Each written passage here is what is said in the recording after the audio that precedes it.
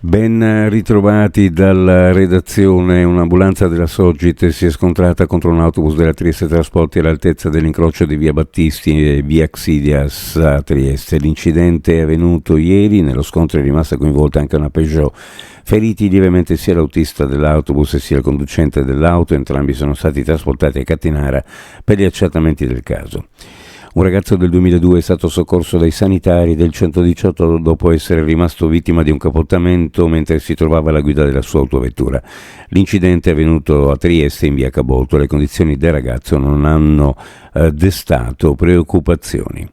Le aggressioni al personale sanitario pubblico anche in regione sono in crescita, le donne sono le più colpite. I numeri riferiti dall'Osservatorio Nazionale e presentati nell'incontro di ieri a Pordenone organizzato da CISL, punto di ascolto antimobbing, parlano chiaro. Sono 629 gli operatori che hanno subito violenza fisica o verbale, di cui 2/3 sono donne. Da marzo del 2026, il prossimo anno, sbarca in Carinzia una nuova compagnia ferroviaria privata, la Westbahn, con 5 collegamenti al giorno, andata e ritorno Vienna-Villacco. A darne la notizia la gran parte dei giornali austriaci, ma in particolare il Kleine Zeitung, in un articolo apparso ieri a firma di Jochen Habich, dopo la conferenza stampa a Vienna del direttore generale della Westbahn, Thomas Posch.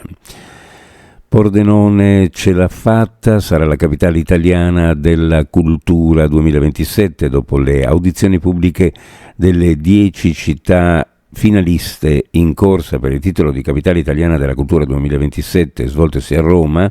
La giuria ha esaminato con attenzione i progetti presentati e ha reso noto alla città vincitrice di questo prestigioso riconoscimento. Uno sguardo alle previsioni meteorologiche per quanto riguarda la nostra regione.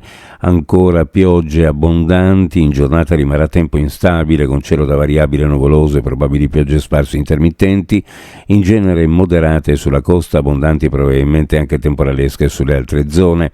Quota neve intorno ai 1000-1300 metri, in giornata 1200-1500 metri circa. Sulla costa in quota vento da sud o sud-ovest moderato con alte maree sostenute sulla costa. Temperature minime in pianura fra 7 e 10 gradi, sulla costa fra 9 e 11, le massime ovunque fra 11 e 14 gradi centigradi. Previsioni a cura di ARPA e FVG Meteo. Ed è tutto per il momento con l'informazione, grazie per averci seguito. Alla prossima edizione.